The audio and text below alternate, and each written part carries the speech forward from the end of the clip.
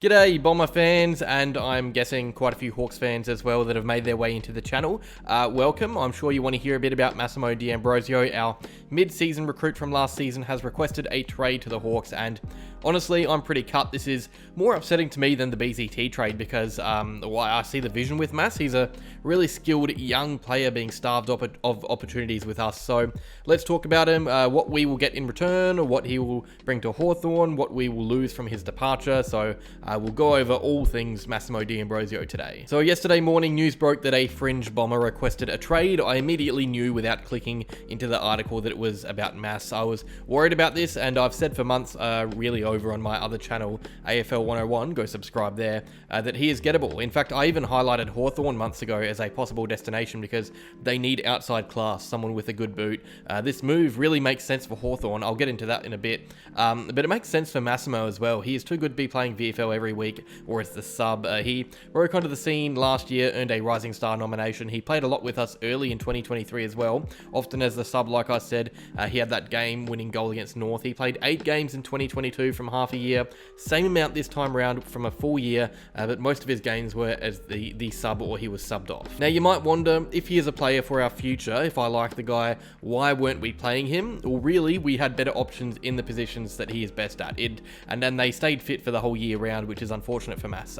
In defence, we had Hind and McGrath. McGrath's move back there really hurt his first team chances. On the wing, we had the duo of Martin and Durham. Up forward, I personally don't see Mass as a first team forward, but he was a depth player who wasn't used because our first team options stayed fit. He played pretty well in the VFL. You could tell he was above the level. It's why we used him as the sub as well, because he's versatile and can play in a range of different positions, but he was never really that close to coming back into the fold when he was moved back to the VFL. I think at Hawthorn, you have a young team that really have no one like Massimo, or not no one, but they lack good ball users by foot in that team, and Mass is a very good ball user. So what is there to like about Mass as a player? I'm sure there are some Hawks fans interested in this. He is an excellent kick of the footy. He is up there with in our squad for ball users by foot. He's left foot reliant, but he is one of those players who uses the outside of his boot really well if he's caught on his wrong side.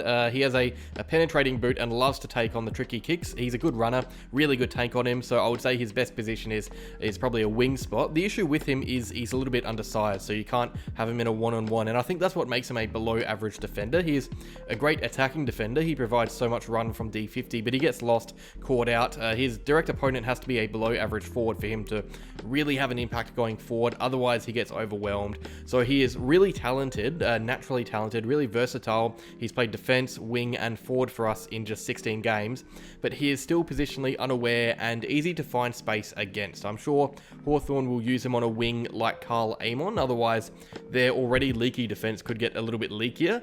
Even in a forward line, it's not ideal to play him as the small, but you can see them trying to develop him there instead of Tyler Brockman, who's going to request a trade. So what do Essendon fans lose from him going? We lose a really promising player for the future. I like Massimo. We offered him a 1-year contract, so we obviously want him to stay as a club, but the issue is Hawthorn are offering him a multi-year deal. He gets more security there, more time, probably more money, more matches. He will develop faster, and I think we will see him become a good player.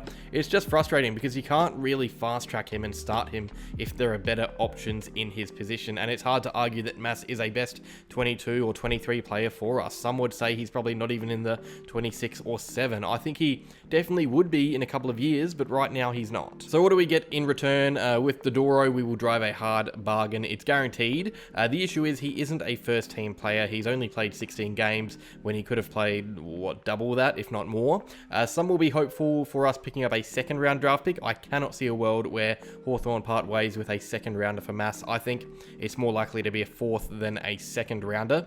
An early third might even be pushing it, but luckily the Hawks traded with the Dogs for picks and now hold pick 48 or 49, which will move into the 50s with all the academy players that'll be bidded on. I think that's the most sensible building block, that pick and a sweetener. It seems low, but their higher pick, selection 30, that's just way too high for a player like Massimo.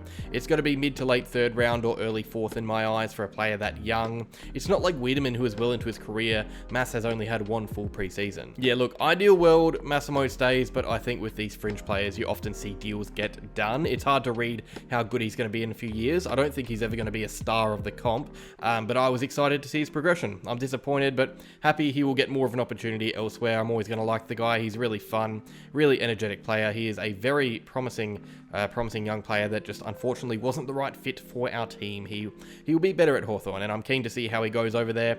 But that's all. Video done. Like if you enjoyed, subscribe if you're new, comment down below your thoughts. But that's it. Cheers, Bomber fans.